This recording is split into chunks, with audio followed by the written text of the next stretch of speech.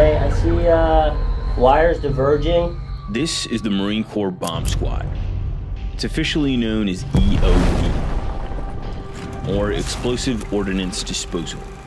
This exclusive faction of the Marine Corps is made up of less than 800 technicians, and out of over the 200,000 Marines today, only the top 1% are even eligible to attempt to join. I'm gonna split the HE.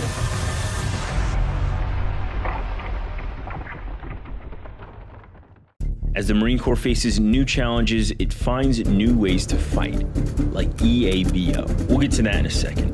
What you're about to see is an experiment to operate in one of the most hostile environments on the planet, here in the Chapel of Misery, the Jungle Warfare Training Center.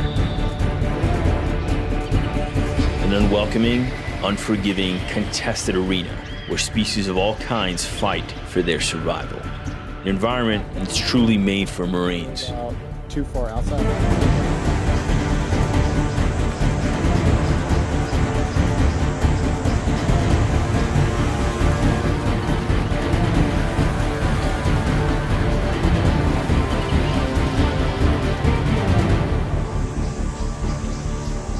I'm Sergeant Connor Paul. I'm an EOD tech with III EOD Company, 9th ESB. I was born in Seattle, Washington, or just north of, in a town called Bothell. I spent pretty much most of my life there. My initial plan and everything that my schooling was geared towards, I wanted to be an accountant. I heard accountants make the best business owners. So I wanted to be a business owner because I don't like being told what to do. So I was like, all right, I'm gonna put myself in a position where that'll never happen. And look at me now. Yeah, it happened, yeah. Upon arrival, they cleared the village for explosive booby traps. Hey, Bobby, I don't see anything that concerns me. I'm gonna go ahead and go on in. It's a possible scenario where an enemy abandoned a former position. And early the next morning, we're already responding to calls or scenarios with possible explosive threats. EOD's different than other MOSs or job fields in the Marine Corps just because we work in 2 or 3 man teams and it's NCO and above only, so if you're a sergeant, like that's the lowest rank. See that Humvee back there? Yeah. Bunch of guys at least right there. Okay, cool. And then do you guys have a security pause in that direction?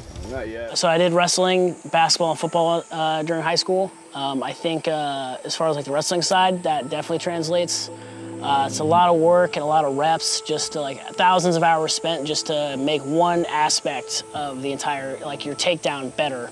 You do that 1,000 times just to make it slightly more efficient. EOD is kind of very similar to that. We do training and everything as a team, but when it's like you're going down on a problem, that's just you and usually your team leader or team member.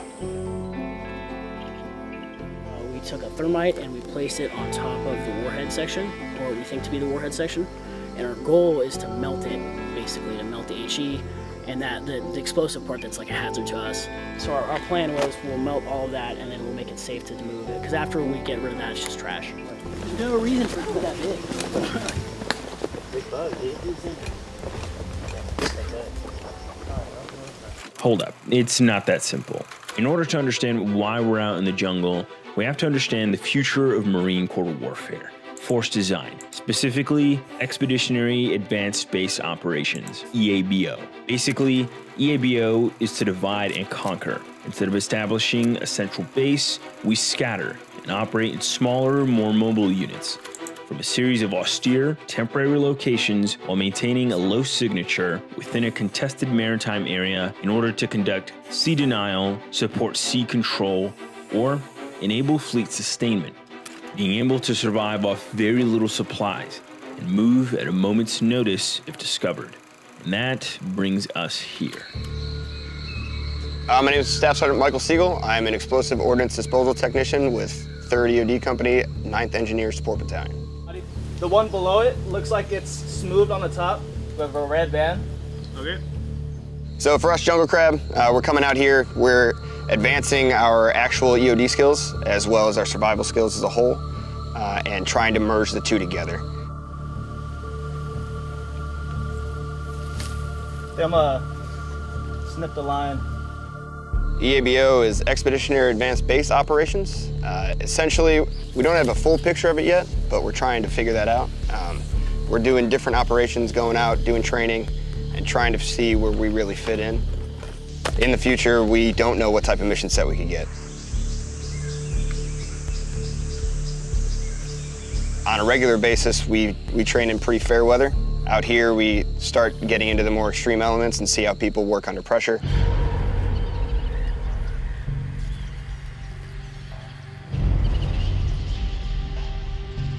Yeah, so situations like this out in the jungle, we're anticipating having like limited logistics and how we would operate, say, if we have certain things are interrupted in our usual way of operation, if we can still operate given those challenges going forward. I haven't gotten that far, but yeah, it looks like it's a dual switch. Looks like I might be digging up a battery here, maybe a cap wire. And if we're really trying to save this road, which we are, it's just gonna pop that. You're in the elements the entire time. You're dealing with challenges that aren't just the problem itself, but you also have external stressors and movement to the objective and movement back and things like that. I'm gonna start picking leaves off the top of this thing.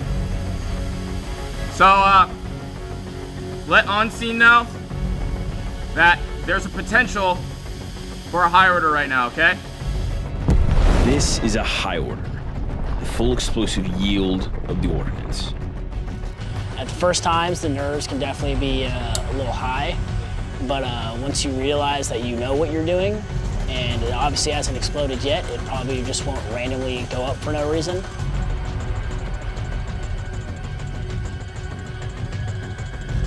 It's just like a game of operation in most cases. And yeah, once you're in the driver's seat, it's pretty straightforward. You know what you're doing. The PGs together, right next to each other, crush the cone of both of them. Initiate from the center of a block. That way it goes out, crushes the cones to the HE. Sit into it. You don't have to like climb up too high or anything.